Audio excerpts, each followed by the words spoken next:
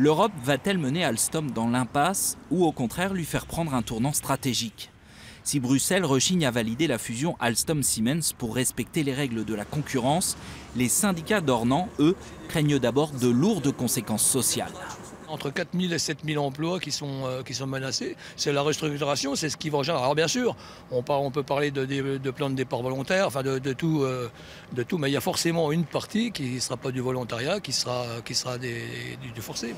À Ornans pourtant, le carnet de commandes est plein. C'est ici qu'Alstom fabriquera les moteurs des métros du Grand Paris, des RER NG et des TGV du futur. Avec 280 salariés, on est loin de la période faste où près de 500 personnes travaillaient sur ce site, désormais fortement concurrencé par le géant chinois CRRC. Mais en cas de fusion avec Siemens, c'est ni plus ni moins l'avenir de l'usine qui est en jeu.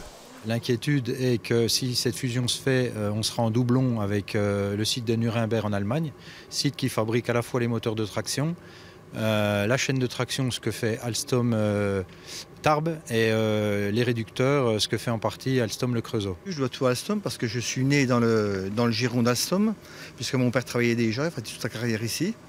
Et moi c'est pareil, ça fait ma 39e année que je suis chez Alstom. Donc voilà, j'arrive en fin de carrière dans 3-4 ans. Donc effectivement, ça nous ferait du mal qu'Alstom parte d'Ornans, quoi.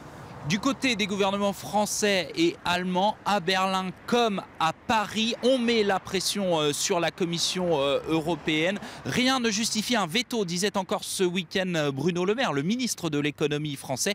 Il veut créer un champion mondial du ferroviaire. La Commission européenne a jusqu'au 18 février pour rendre un avis définitif sur cette fusion.